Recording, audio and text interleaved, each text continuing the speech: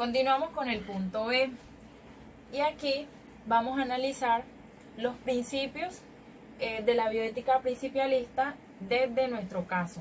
Vamos a iniciar con el principio de no maleficencia. ¿Y qué nos dice este principio? No hacer daño. Con este principio surge un dilema ético en nuestro caso, porque si bien el piloto tomó decisiones que llevaron al trágico accidente, él no las asumió con el objetivo de quitarle la vida a los jugadores, a su tripulación, incluso su propia vida. No estamos ante un suicida. Pero por otro lado, él tomó decisiones como no hacer escala, no reabastecerse de combustible, no declararse oportunamente en emergencia y sobre todo no manifestarle a los jugadores, a la tripulación, a los acompañantes lo que estaba pasando. Y no les dio la oportunidad a estos de asumir unas medidas de protección que pudieran haber hecho la diferencia, como lo manifestó uno de los técnicos de vuelo que sobrevivió, que él dijo que en el momento de que se enteró de lo que estaba ocurriendo aplicó las maniobras de seguridad y por esto salvó su vida. El principio de beneficencia nos dice hacer el bien, que debemos hacer el bien. Este principio se vulnera, uno, en la medida en que este principio implica una actuación en el mejor interés de su población, en este caso la tripulación y los pasajeros. Y según hechos y antecedentes, podemos intuir claramente que el piloto antepuso sus intereses como accionista de la empresa La Mía ante una posible acción o violación de los protocolos de vuelo, y es así como las informaciones coinciden que el vuelo estaba planificado de acuerdo a un ahorro extremo de gastos en escala, en combustible, que no dejó margen para maniobras de emergencia. Y dos, porque si analizamos la responsabilidad ante su autocuidado, este no pensó en proteger su vida. El piloto del avión en este caso se convirtió en victimario y víctima. Y entraríamos a analizar también en este principio su rol como accionista de la empresa, porque su función es garantizar que los vuelos cumplan con los protocolos y las normas que los rigen, lo cual no lo hizo. Por otro lado, las autoridades aeroportuarias de Bolivia tampoco debieron aprobar el plan de vuelo. Ahora, respecto al principio de autonomía, la autonomía nos dice que es la capacidad de tomar decisiones por sí mismo. Este principio posee unas características que son la intencionalidad, el conocimiento y la ausencia de constricción. El piloto estaba facultado y tomó las decisiones que a nuestro juicio fueron motivadas por intereses económicos más no axiológicos. Según el audio de las cajas negras, que captó una conversación, queda en evidencia que los tripulantes sabían que les hacía falta combustible. Incluso se escucha al copiloto advertir sobre la situación y proponer una parada de emergencia en Leticia para reabastecerse de gasolina. Sin embargo, el piloto no se comunicó con los controladores colombianos y continuó hacia Río Negro. Esto evidencia que el piloto tenía pleno conocimiento de lo que estaba ocurriendo, era consciente de lo que podría pasar y tomó las decisiones libremente. Es más, no tuvo en cuenta la sugerencia del copiloto.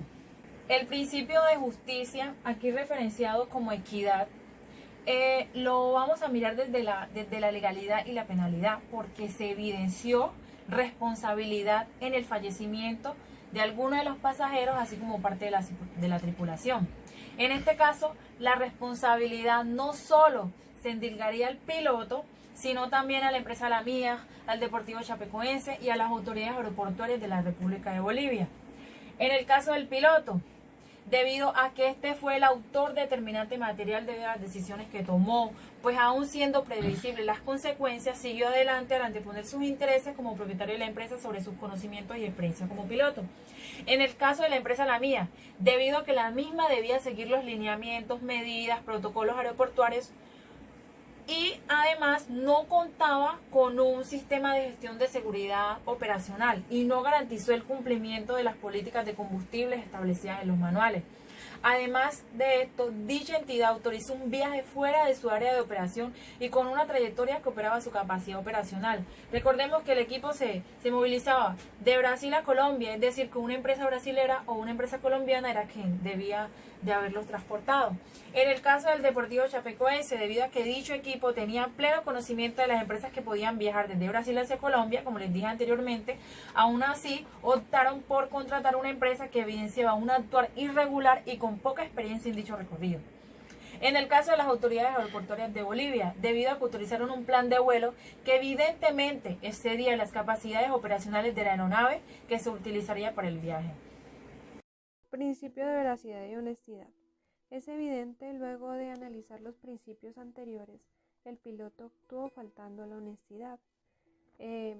Sería conveniente analizar en este punto quién era el piloto del avión y tener claro que actuaba además como copropietario de la empresa.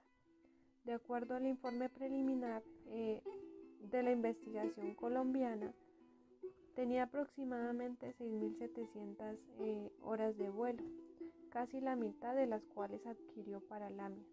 En 2002 se graduó en la Academia de Aviación de Bolivia.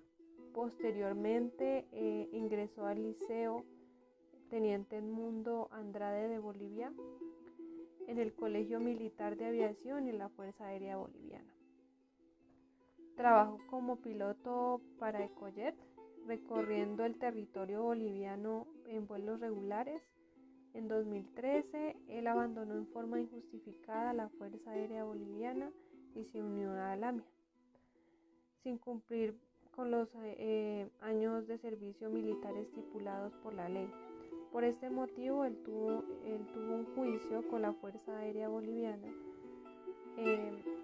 Había un pedido de captura en su contra. Si bien él no fue detenido, porque él presentó un recurso legal de amparo, el ministro de Defensa de Bolivia informó que el piloto estuvo detenido por abandonar la Fuerza Aérea Boliviana y dedicarse a vuelos privados, en este caso como empresario en la aerolínea que operaba en vuelos charter. Teniendo en cuenta esto, el señor Miguel Quiroga, que fue el piloto de la aeronave, tenía conductas reprochables moralmente, y podríamos afirmar que después de los hechos y de las pruebas en su contra, no era una persona honesta y confiable.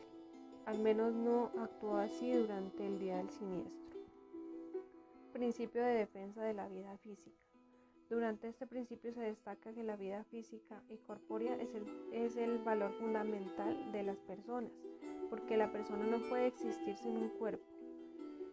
A nuestra consideración, este principio fue violado, ya que una mala decisión del capitán del avión causó que 71 personas murieran en el accidente, sin ni siquiera estar conscientes de lo que estaba sucediendo en el momento. Perdieron el derecho a la vida y a la libertad, porque para ser libres es necesario ser viviente. Principio de libertad y responsabilidad. Dentro de este principio se toma el hecho de que la persona es libre de conseguir el bien para sí mismo y para los demás, pero también al ser libre hay que ser responsable frente a los actos que uno como persona haga, y que estas acciones lleven a conservar la vida de uno mismo y de los demás seres vivos. Este principio fue violado por el capitán del vuelo, porque tomó decisiones, pero nunca asumió una responsabilidad con la protección de la vida de las personas que iban en el vuelo, tampoco con su propia vida, porque prefirió poner en riesgo estas, no haciendo escala para reabastecer el combustible en algún aeropuerto alterno, tan solo por ahorrar costos y tiempo, aun siendo consciente de la situación desde el mismo momento en el que el avión despega del aeropuerto Viru Viru, Santa Cruz de la Sierra, Bolivia.